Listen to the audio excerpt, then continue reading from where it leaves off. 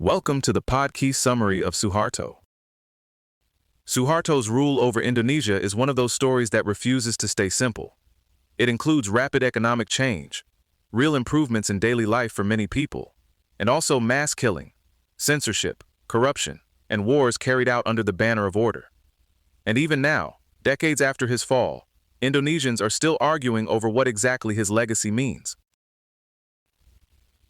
The turning point came in 1965 during the 30th September movement, when a group moved against top army leaders and plunged the country into crisis. Suharto moved fast. He seized military initiative, retook key sites in Jakarta, and then used authority that came through Sukarno's Supersimar order to strip away the president's political base step by step. What's striking is that this wasn't an immediate formal coup with a clean handover and a new flag over the building by noon. It was more gradual, but no less decisive. The army's version said this was a communist plot run by the PKI. Historians still dispute who organized the movement, whether Suharto had prior knowledge, and how much the crisis became a pretext for a full regime change. What followed was one of the worst episodes of mass violence in the 20th century. At least 500,000 people were killed, and possibly more than 1 million. Up to 1.5 million were imprisoned.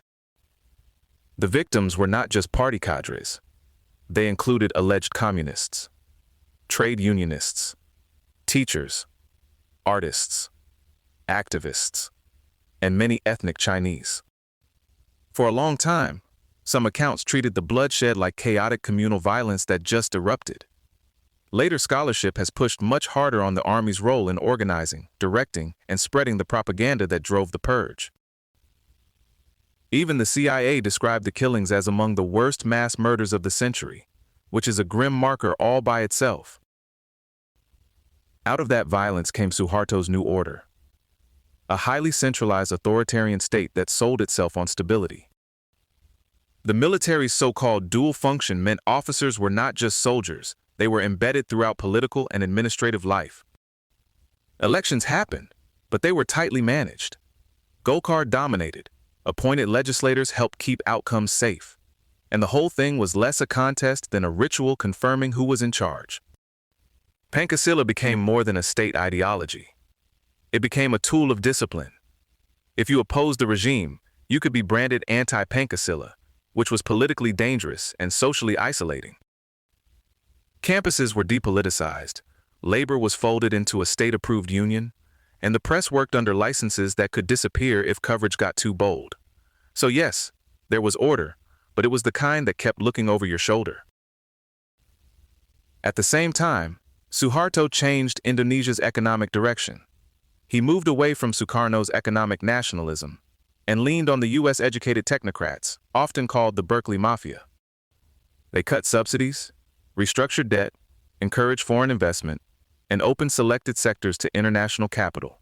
Inflation, which had been running at roughly 650 to 660% in 1966, fell to about 19% by 1969. Over the long run, the results were substantial. Real GDP grew around 5% annually from 1966 to 1997. Poverty fell from about 45% in 1970 to roughly 11% in 1996. Life expectancy rose from 47 to 67 years, and Indonesia reached rice self-sufficiency in 1984. Those are not minor gains, and they help explain why many people remember the era as one of competence and steadiness. But the growth story was tangled up with patronage from the beginning. Suharto's children and close allies received monopolies, state contracts, infrastructure concessions, and privileged partnerships across the economy. Businesses seeking licenses and protection were often squeezed for donations through family foundations. It had the polished language of development and the mechanics of favoritism. Estimates vary, but Transparency International alleged that between $15 and $35 billion was misappropriated.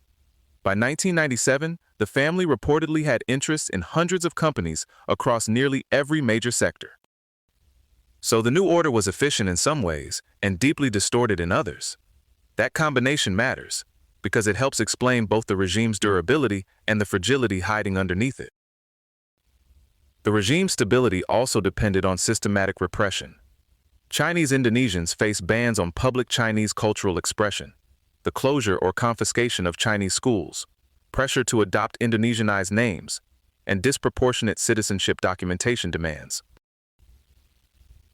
Security forces carried out extrajudicial Petrus killings in the 1980s. Conservative Muslim protesters were massacred at Tanjung Priok in 1984.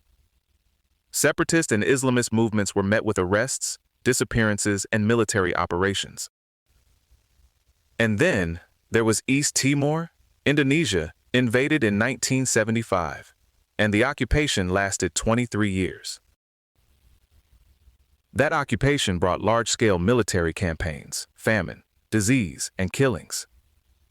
Estimates of conflict-related deaths under Indonesian rule range from about 90,800 to 213,600, with Indonesian forces responsible for around 70% of violent deaths.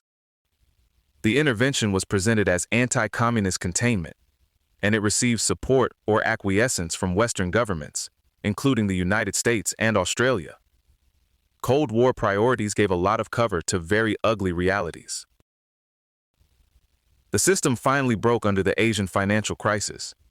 It exposed how much of the economy rested on politically connected conglomerates and weak financial regulation. The rupiah collapsed from about 2,600 to the US dollar before the crisis to roughly 17,000 in early 1998. GDP contracted by 13.7%. At exactly the moment when people were being asked to absorb pain, Suharto's family seemed insulated from IMF reforms. That did not exactly calm the public mood. Fuel price increases and corruption sharpened the anger.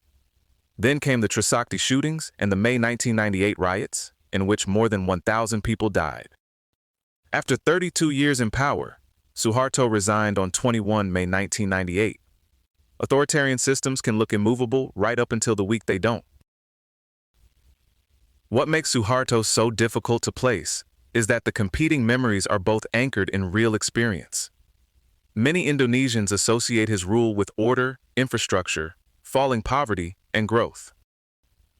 Others remember the mass killings, censorship, corruption, discrimination, military violence, and the fear that sat behind the promise of stability.